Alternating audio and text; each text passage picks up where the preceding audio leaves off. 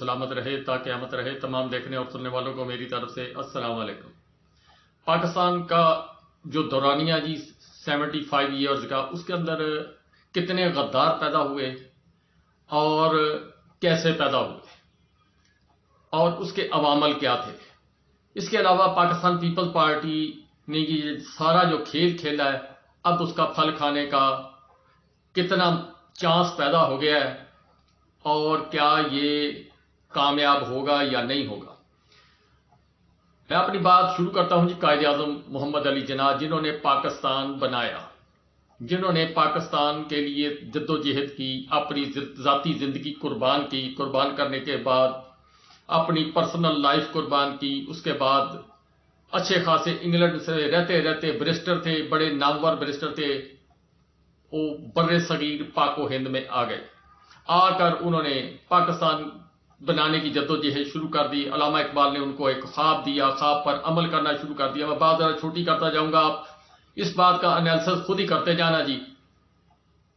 اور پھر جب پاکستان بن گیا، اس کے بعد جناب انہوں نے، آپ کو یاد ہوگا کہ جب ان کو بیماری ہو گئی تھی ٹی بی کی، اس وقت ٹی بی ایسے ہی تھی جیسے کینسر کی بیماری ہے، اسی طرح وہ تصور کی جاتی تھی لا علاج مرض ہے۔ تو انہوں نے یہ سوچا کہ اگر میں اس وقت اپنی بیماری ڈسکلوز کر دوں گا تو پاکستان بننے سے رہ جائے گا۔ بہتر تھا وہ اس وقت اپنی بیماری جو ہے وہ کر دیتے تو شاید آج ہمیں یہ حالات نہ دیکھنے پڑتے۔ یہ جو واقعات سے یہ 22-23 کروڑ قوم گزر رہی ہے، یہ شاید اس طرح نہ ہوتی جس طرح آج ہے۔ جو اس طرح انڈیا کے لوگ رہ رہے ہیں، آزاد جموں کشمیر کے لوگ رہ رہے ہیں، ہم بھی ایسے رہ رہے ہوتے۔ تو بہرحال کہ انہوں نے اپنی عقل فراست کے ذریعے پاکستان کو بنا کر دیا۔ 2 پاکستان 1000 میل کے فاصلے پر 2 ٹکڑے انہوں نے لے لیے۔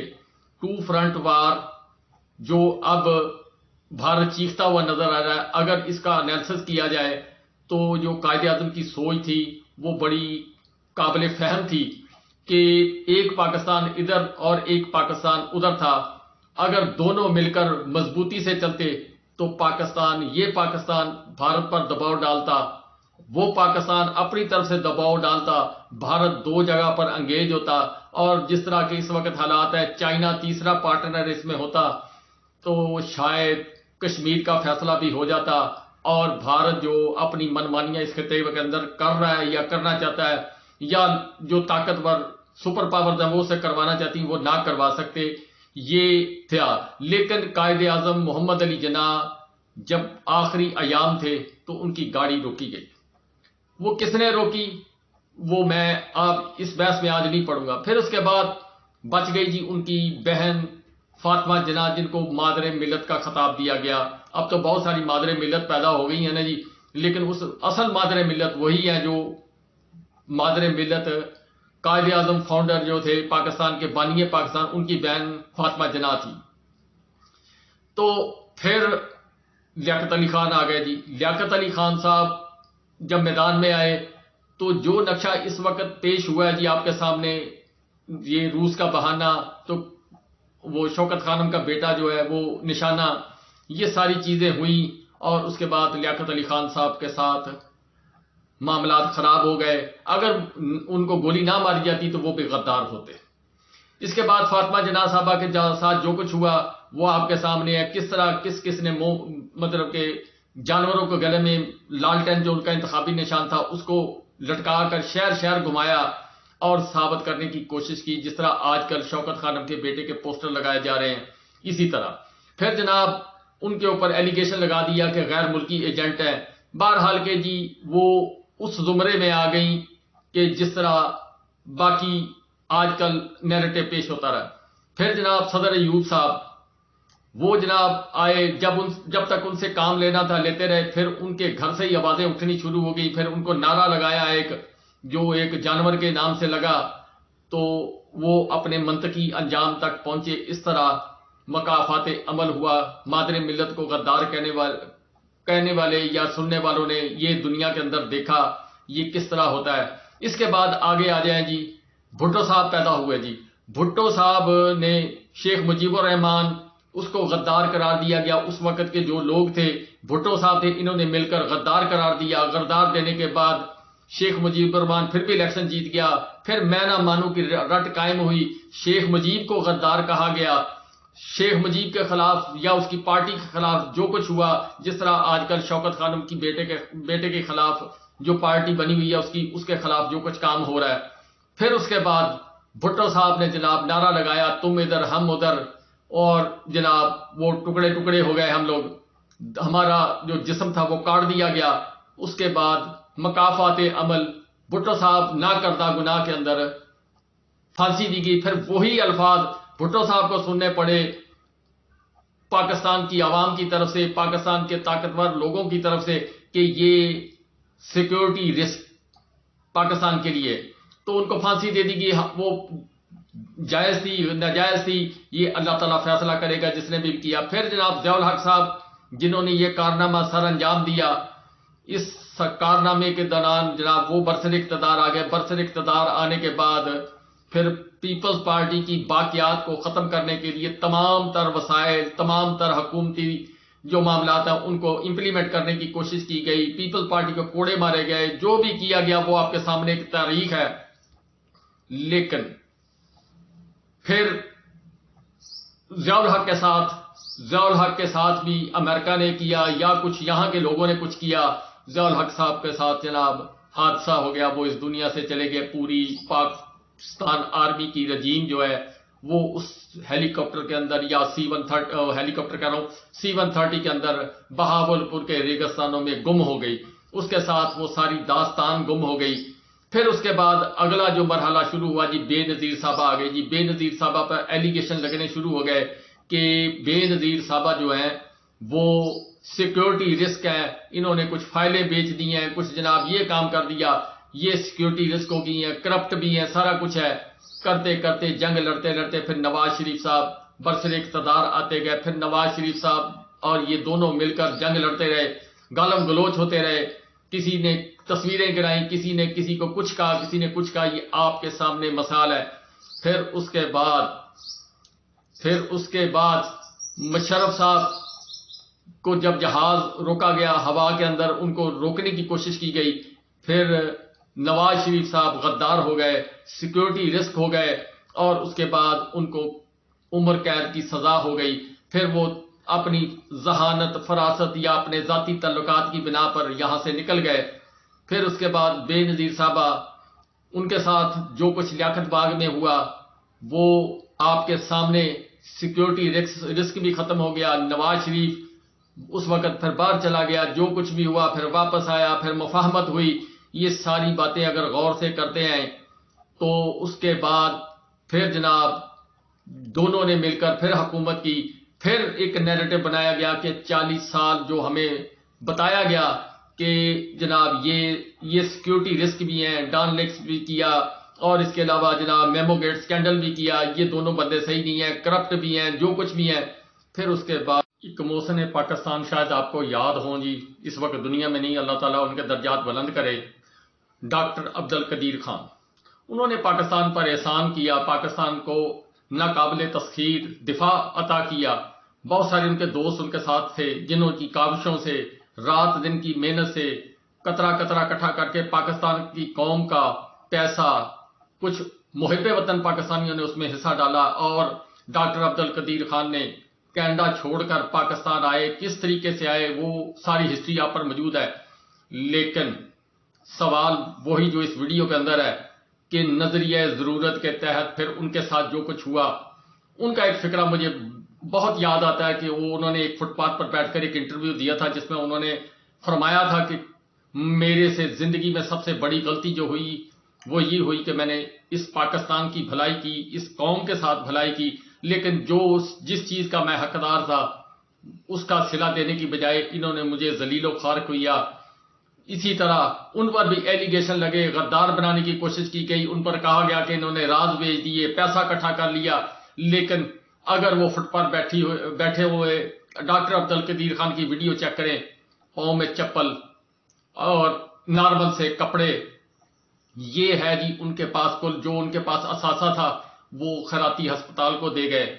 یہ ہے پاکستان کے اندر نظریہ ضرورت کے تحت کسی بھی انسان کو آپ کسی بھی وقت وہ بنا سکتے ہیں جی، غدار بنا سکتے ہیں، آپ اس کے اوپر ایلیگیشن لگا سکتے ہیں، بس اس کے علاوہ اور بدقسمتی کوئی نہیں۔ پھر جس نے ان کے ساتھ یہ کیا وہ خود ایک دنیا سے جاتے ہوئے ایک سوال بنا، رات کی تاریکی میں گیا، اور پھر اب اللہ جانے اس کے معاملات جانے، ہم ان کے لیے دعا ہی کر سکتے ہیں، اس کے علاوہ اور تو کچھ نہیں کر سکتے۔ اللہ پاک ہر کسی کو اپنی رحمت میں، اپنی رحمت کے ساتھ جوار رحمت میں جگہ عطا کرے، لیکن جس نے جو کردار کیا 75 سال کے دوران، وہ سب مسالے آپ کے سامنے ہیں، میں اس سے زیادہ اور کیا کہہ سکتا ہوں۔ اسی طرح بعد عمران خان صاحب کو لے آئے جناب۔ عمران خان صاحب نے 3 سال 8 مہینے حکومت کی، اس کے بعد پھر وہ جو غدار تھے، جو سیکورٹی رسک تھے، جو ڈان لیس کے کریکٹر تھے، جو میمو گیٹ کے سکینڈل کے کریکٹر تھے، وہ سارے جناب واپس آ کر برجمان ہو گئے۔ اور اس کے بعد پھر اب آپ دیکھ رہے ہیں کہ ہر دیوار پر، ہر میڈیا چینل پر، ہر جگہ پر آواز اٹھ رہی ہے کہ شوکت خانم کا بیٹا غدار ہے، اس نے پاکستان کے اداروں کو نقصان پہنچایا، پاکستان کو نقصان پہنچایا۔ یہ سلسلہ 75 سال سے چلتا آ رہا ہے، لیکن کسی نے اصل حقائق جاننے کی کوشش نہیں کی۔ اگر اصل حقائق جان لیتے، محب وطن ہو کر جان لیتے، تو شاید آج ہم اس نیج تک نہ پہنچتے، نہ ہمارے ملک میں کوئی غدار ہوتا، نہ ہمارے ملک میں کوئی سیکورٹی رسک ہوتا، نہ ہمارے ملک کے اندر جو معاشی حالات اس وقت بگڑے ہوئے ہیں وہ خراب ہوتے، نہ ہمارا ملک جس ملک نے ترقی کرنی تھی وہ ملک اب کشکول لے کر دنیا کے سامنے گھومتا پھرتا ہوا نظر آ رہا ہے۔ عوام بھوک سے لڑ رہی ہے، معاشی حالات خراب ہو گئے۔ یہ سارا کچھ شاید نہ ہوتا اگر ہم صحیح فیصلے کرتے، آئین اور قانون کے تحت چلتے۔ آئین کے تحت جو فیصلہ ہے اس کی پوزیشن یہ ہے کہ جسٹس منیر نے نظریہ ضرورت کے تحت ایک فیصلہ دیا تھا۔ کل جو ایک فیصلہ آیا جی، اس کے مطابق نظریہ تاخیر نے جنم لیا جی، وہ اب کہہ دیا گیا کہ اب جناب سب مل بیٹھ کر باتیں کرے، جاگتے رہنا، ساڈے تے نہ رہنا، یہ فیصلہ ہوا جی۔ لیکن یہ سارے کھیل کے اندر یہ جو اب کھیلا گیا، جس میں وہ بندہ جس نے پاکستان کے لیے اپنی زندگی وقف کی، یعنی 16 سال کی عمر سے لے کر 72 سال کی عمر تک وہ پاکستان کے لیے کچھ نہ کچھ بہتر کرتا رہا۔ کرکٹ میں اس نے نام بنایا، پاکستان کا نام بلند کیا، پاکستان کی کرکٹ کو ایک مقام دیا، پاکستان کو ورلڈ کپ دیا، پاکستان کو آسٹریلیشیا کپ دیا، پاکستان کو 3 شوکت خانم دیے، نمل یونیورسٹی دی، القادر جس کا کیس آج کل چل رہا ہے وہ بنائی اس نے، اور اس کے علاوہ بے شمار اس نے کام کیے۔ لیکن اس پر کراس لگ گیا۔ وہ کیوں لگ گیا؟ کیونکہ وہ اچھے کام کر رہا تھا۔ پاکستان کے کسی ادارے کے اندر اس نے مداخلت کرنے کی کوشش نہیں کی، لیکن نظریہ ضرورت کے تحت اس کو ہٹانا پڑا۔ کیوں؟ ہم امریکن بلاک کے اندر چلے گئے۔ امریکہ جو ہے وہ آپ کو میں نے بہت ساری ویڈیو کے اندر بتایا کہ امریکہ جب CIA کا چیف آیا تھا، جب وہ ملنے کی کوشش کر رہا تھا، تو جناب شوکت خانم کے بیٹے نے کہا تھا کہ میں پرائم منسٹر ہوں، آپ اپنے ہم منصب سے جا کر ملے۔ تو وہ جنرل فیض حمید صاحب سے ملے۔ اس وقت پہلا کراس لگا تھا، پھر جناب اسرائیل تسلیم کرو کے معاملے پر کراس لگا، پھر جو کچھ مغلظات اس شوکت خانم کے بیٹے نے کشمیر کے حق میں UNO میں بولے اور اپنی بات بلند کی، وہ بات اچھی نہیں لگی، اس کی وجہ سے کراس لگا۔ پھر جناب ناموس رسالت کا جو اس نے ناموس رسالت کے لیے UNO میں آواز بلند کی، جس کے کامیابی اس کو ایسے ملی کہ ایک دن مقرر ہو گیا، وہ بات بہت سارے لوگوں کو اچھی نہیں لگی۔ پھر اس کے علاوہ جناب اس نے جناب ایبسلیوٹلی ناٹ کا، وہ بہت سارے لوگوں کو بات اچھی نہیں لگی۔ پھر جناب اس نے OIC کے 2 اجلاس کروائے، بھٹو نے 1 کروایا تھا، اس کو پھانسی لگ گئی۔ اس نے جناب 2 اجلاس کروائے، 1 ماہ کے اندر 2 اجلاس کروائے، تو یہ کیسے بات ہضم ہو سکتی تھی؟ اس کے علاوہ جناب پھر اس نے سعودی عرب اور ایران کو پاس لانے کی بات کی، آزاد خارجہ پالیسی کی بات کی، حق اور حقوق کی بات کی، غریب کے لیے روٹی بانٹنے کا انتظام کیا، راشن کارڈ دینے کا انتظام کیا، اس کے علاوہ جناب اس نے ہیلتھ کارڈ دینے کی بات کی، یعنی عوام کو وہ خوشحال کرنا چاہتا تھا، اداروں کا احتساب کرنا چاہتا تھا، کرپٹ لوگوں کا احتساب کرنا چاہتا تھا۔ یہ کیسے ہو سکتا تھا؟ اگر ساری پچھلی ہسٹری دیکھی جائے تو اس کے اندر یہ بندہ فٹ نہیں ہو سکتا تھا۔ اس پر افسوس نہیں کرنا چاہیے۔ اب آصف علی زرداری صاحب جو سارے اس کھیل کے اندر 9 مئی کے بعد یا اس سے پہلے جس طرح وہ بلاول صاحب گئے تھے، انہوں نے آ کر کہہ دیا تھا کہ 8 ماہ بعد پاکستان میں الیکشن ہوں گے، یار وہ اب یہ اندر کی بات تو نہیں بتائی تھی کہ رجیم چینج ہوگا، انہوں نے کہا تھا جی تیاری کر لو الیکشن ہوگا، پھر وہی ہوا کہ 8 یا 9 مہینے کے بعد جناب ایک عدم اعتماد آئی۔ عدم اعتماد کے دوران زرداری صاحب ایکٹیو ہوئے، زرداری صاحب نے مفاہمت کا ہاتھ بڑھایا اور مفاہمت کا ہاتھ بڑھا کر پاکستان مسلم لیگ کو ایسا جناب ہوا بھری کہ وہ پھول کر آپے سے باہر ہو گئی، اور انہوں نے سمجھا کہ اب سب کچھ ہمارے ہاتھ میں ہے، اور پھر کرتے کرتے ان کا جناب مسلم لیگ کا وزیر اعلیٰ بھی آیا، اس کو بھی سپورٹ کیا، وزیر اعظم صاحب کو بھی سپورٹ کیا، رانا ثناء اللہ صاحب کے ہر حکم کو انہوں نے سر تسلیم خم کیا، اسٹیبلشمنٹ جو پاکستان کی طاقتور ہے اس کے ہر فیصلے کو تسلیم خم کیا۔ لیکن یہ رشتہ بنا تھا اس وقت جب قائد اعظم کے مزار پر ہلڑ بازی ہوئی تھی، اس کے بعد راہ و رسم برابر ہونے شروع ہوئے تھے، پھر امریکن بلاک کے اندر جانے نہ جانے کا فیصلہ جو ہے اس میں اہم کردار ادا کیا گیا، چائنا کے ساتھ دنیا پیدا کی گئی، یہ سارے کام کرتے کرتے اب جب پاکستان کی شوکت خانم جو ہے اس کے بیٹے کی جو پارٹی ہے اس کو توڑا گیا، توڑنے کے بعد ٹکڑے ٹکڑے کیے گئے، اور پھر جو 2-3 دن غدار رہے لوگ وہ واشنگ مشین کے اندر دھلتے گئے اور صاف ہو کر باہر آتے گئے۔ اب جو غریب ہیں وہ رہ گئے جی حساب کتاب دینے کے لیے، جو واشنگ مشین سے نہ ہاتھ دھو کر باہر آ رہے ہیں وہ پوتر اور پاک ہوتے جا رہے ہیں، ان کے متعلق کوئی سوال نہیں کیا جا رہا، جو اس مشین میں نہیں گزر رہا وہ جناب اب اس سارے پروسیس کے اندر جناب ابھی تک وہ انہی الفاظ کے ساتھ یاد کیا جاتا ہے جس طرح مادر ملت کو یاد کیا جاتا ہے یا باقی لوگوں کو یاد کیا جاتا رہا تھا، اسی طرح وہ لوگ ابھی گرداب کے اندر ہیں۔ اور اب اگلا اٹیک جو ہے وہ سارا جناب نئے یہ جو بقایا بچ گئے ان کی آڈیو ویڈیو سننے میں آ رہا ذرائع کے مطابق کہ آڈیو ویڈیو آئیں گی اور ان کو مجبور کیا جائے گا کہ آپ جہاں کھڑے ہو وہاں سے پیچھے ہٹ جاؤ۔ اب اس میں لوگ کتنے کامیاب ہوتے ہیں یا نہیں ہوتے، ایک فیصلہ اللہ کا، ایک فیصلہ ان لوگوں کا۔ عوام کہاں کھڑی ہے؟ عوام اب 23 کروڑ عوام واشنگ مشین کے اندر دھوئی نہیں جا سکتی، اتنے کپڑے دھونے کے لیے بہت سال لگ جائیں گے، لیکن کوشش کی جا رہی ہے، نہ ہوا تو پھر الیکشن لیٹ کر دیا جائے گا۔ اب جناب جو سینیریو بنتا جا رہا ہے جی، پاکستان مسلم لیگ کے ہاتھ سے تمام چیزیں چلی گئی۔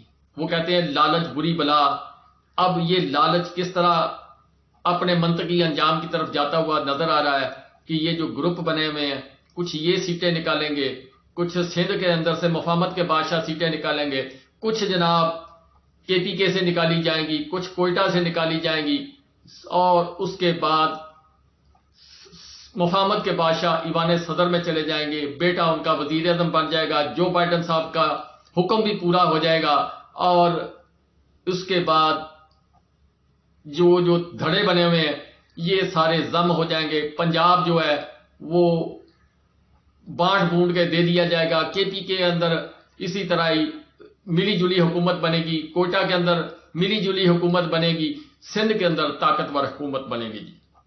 اس میں 2 ہی پارٹیاں ہوں گی، ایم کیو ایم ہوگی اور مفاہمت کی پارٹی ہوگی، لیکن شوکت خانم کے بیٹے کو مزید کارنر کرنے کے لیے ایم کیو ایم مزید اپنے پرانے طریقے کار پر کاربند ہوتے ہوئے اس کو جناب ایکٹیو کیا جائے گا۔ وہ جناب جو لندن کے اندر صاحب بیٹھے ہوئے ہیں وہ اپنا اہم کردار ادا کریں گے، جو لندن کے اندر دوسرے صاحب بیٹھے ہوئے ہیں وہ اپنا اہم کردار ادا کر رہے ہیں گزشتہ 14 ماہ سے۔